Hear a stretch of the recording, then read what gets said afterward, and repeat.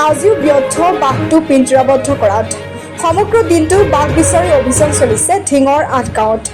Drone কেমেৰাৰে ৰাতিও চলিব অভিযান। গঞা ৰাইজক সাৱধান থাকিবলৈ আহ্বান বন বিষয়াৰ। ওৰাং বনাঞ্চলৰ অভিযানকাৰী দল, নগাঁও জিলা বন বিভাগৰ দল, ধিং আৰক্ষীৰ লগতে CRPFে যৌথভাৱে নিশা বাঘটো পিঞ্জৰাবদ্ধ কৰিবলৈ চলাব প্ৰয়াস। এখন হাবি বুলি ক'বলৈ হ'লে 10-20 স্কোৱাৰ কিলোমিটাৰ এখন হ'ব লাগে। তেনেকুৱা এৰিয়াত বাঘ ঘূৰি ফুৰে আৰু খাদ্যৰো কথা আছে। খাদ্য যদি বেছি থাকে সি তাৰ মেনুভাৰিং এৰিয়াটো কম হয়। যেতিয়া খাদ্য কম হ'ব সি ডাঙৰ এৰিয়া ঘূৰিব। আৰু এতিয়ালৈকে আমাৰ যি ইনফৰ্মেশ্যন আছে ইমান দিনে আমাৰ কাৰো পশুধন নষ্ট কৰা নাই। সি চাগে বিভিন্ন ধৰণৰ এনেকুৱা গাহৰি বা বেলেগ কিবা জন্তু পাই আছে যিটোৰ পৰা সি ছাৰ্ভাইভ কৰি আছে। আজি ৰাতি অভিযান চলিব নেকি? চলিব। ড্ৰোনৰ ড্ৰোনটো আমাৰ এইখন যিটো স্পেচিয়েল ড্ৰোন আনিছোঁ এইটো থাৰ্মেল কেমেৰাত চাবলৈ ভাল হয়, অবজাৰ্ভ কৰিবলৈ ৰাতি নিশাই ভাল হয়, আন্ধাৰত বেছি ভালকৈ ওলাই সেইটো ওলালে আমি লগে লগে তাত ব্যৱস্থা ল'ম। আজি কেনেকুৱা আজি ট্ৰেংকুলাইজ কৰিব পৰা যাব নেকি? যাব পৰা, আমি টিমটো ৰেডি আছে। গোটেই নিশাটো অভিযান চলি থাকিব। নিশাটো সম্ভৱ নহয় এটা টাইমলৈকে, কাৰণ ৰাতিপুৱাৰ পৰা মানুহখিনি ঘূৰি আছে, একেখিনি মানুহে আজি কণ্টিনিউৱাছলি 4-5 দিনটো ইয়াতে আছেই। এটা বস্তু বাঘটো ইয়াতে আছে বুলি পূৰ্ণ সম্ভাৱনা আছে, কিন্তু ক'লোৱেই নহয় এই বাঘ বনৰ ৰজা, সি কোন মুহূৰ্তত ক'ত পলাইছে বা ক'ত লুকাই আছে এতিয়া আকৌ তাৰ খোজ চোজ দেখা পালেহে আমি গম পাম। ৰাইজলৈ কিবা ক'ব নেকি?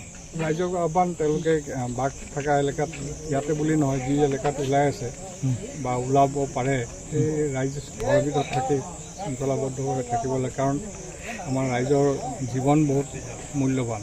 তেওঁলোকে যদি ভুলত বাঘ চাবলৈ আহি পেলাই যদি বাঘৰ মুখতে পৰে আমিতো তাক ৰিপ্লাই আমি তেখেতৰ পৰিয়ালটো বহুত ক্ষতি হ'ব। তেখেতসকল নিজে সাৱধান হৈ বাঘৰ ওচৰলৈ নোযোৱাই ভাল। ছাগলী আনিব আজি কি পালে? আমি ৰাতিপুৱা আজি আহি আমাৰ যি 8 গাঁও আছে, 8 গাঁৱত ৰাতিপুৱাই যোৱাকালি ডাঙৰ বৰষুণৰ পিছত ৰাতিপুৱালৈকে বৰষুণ দি আছে 4টামানলৈকে। তাৰপিছত আমি যেতিয়া ফিল্ডত চালোঁ তেতিয়া ধৰক বৰষুণ যাক এৰিছে 5টামানত। তাৰপিছতে বাঘৰ খোজ পাইছোঁ, তাতে দেখা পালোঁ পশ্চিমৰ পৰা পূবলৈ গৈ আছিলে।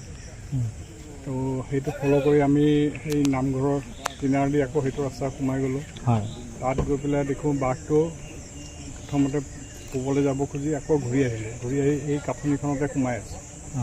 সেইটো সন্ধানতে আমি এখন ড্ৰোন স্পেচিয়েলি যোৱাকালি অনা আজি ৰাতিপুৱা পাইছেহি মেঘালয়ৰ পৰা। সেই ড্ৰোনখন থাৰ্মেল ড্ৰোন, সেইখন দি চাই থকা হৈছে। আৰু ইয়াত আগৰো আমাৰ 2-3খন ড্ৰোন আছে, তাৰ পৰা চাই থকা হৈছে। কিন্তু এই কাঠনিখন বহুত বাঁহ বা বিভিন্ন ধৰণৰ গছ চছ থকাৰ কাৰণে তললৈ ভালকৈ পেনিট্ৰেট কৰিব নোৱাৰাৰ কাৰণে লোকেশ্যনটো ধৰিব পৰা নাই। কিন্তু যিখিনি চিমটম দেখা গৈছে, ছাপ'জ এটা হৈছে বাঘৰ খোজেই, নেক্সট হ'ল তাতে গাহৰি বহুত আছে। বাঘ 12:30-1টামানত গাহৰি 4-5টা একদম প্ৰাণ থাকি দৌৰিছে। তাৰপৰা অনুমান হৈছে বাঘটো সেইখিনিতে আছে। এতিয়া দুপৰীয়া 3টামানৰ পৰা আমাৰ JCB লৈ ট্ৰেংকুলাইজ টিমটো সোমালে, কিন্তু গোটেই এলেকাটো ঘূৰিলে, কিন্তু এতিয়ালৈকে বাঘটো স্পট কৰিব পৰা নাই। বাঘ বহুত টেঙৰ, বনৰ ৰজা বুলি কয়। সিহঁতে জানে কেনেকৈ লুকাব লাগে, কেমুফ্লেজ কৰিব লাগে। আৰু এইখিনি সেই এলেকাটোত বহুত গাঁত আছে আৰু ঢিপ আছে বুলি কৈছে ৰাইজে। তো তেনেকুৱাত ক'ৰবাত লুকাই আছে, যিটোৰ কাৰণে আমি লোকেট কৰিব পৰা নাই। তো এতিয়াও আমাৰ অপাৰেশ্যন চলি আছে। আপোনালোকে চিয়ৰ নে বাঘটো আছে বুলি? সেই যে ৰাতিপুৱা যে চালোঁ বা দুপৰীয়া আমি যিটো চালোঁ তাৰ পৰা অনুমান হৈছে বাঘটো ইয়াতে আছে। আমাক কেনেকুৱা প্ৰচেছ চলাব এতিয়া বাঘটো ধৰিবৰ কাৰণে? বাঘটো এতিয়া আমি এইটো কেছ পাতিব লাগিব, কেছ পতা হ'ব যাতে ট্ৰেপত আহি পেলাই সোমায়।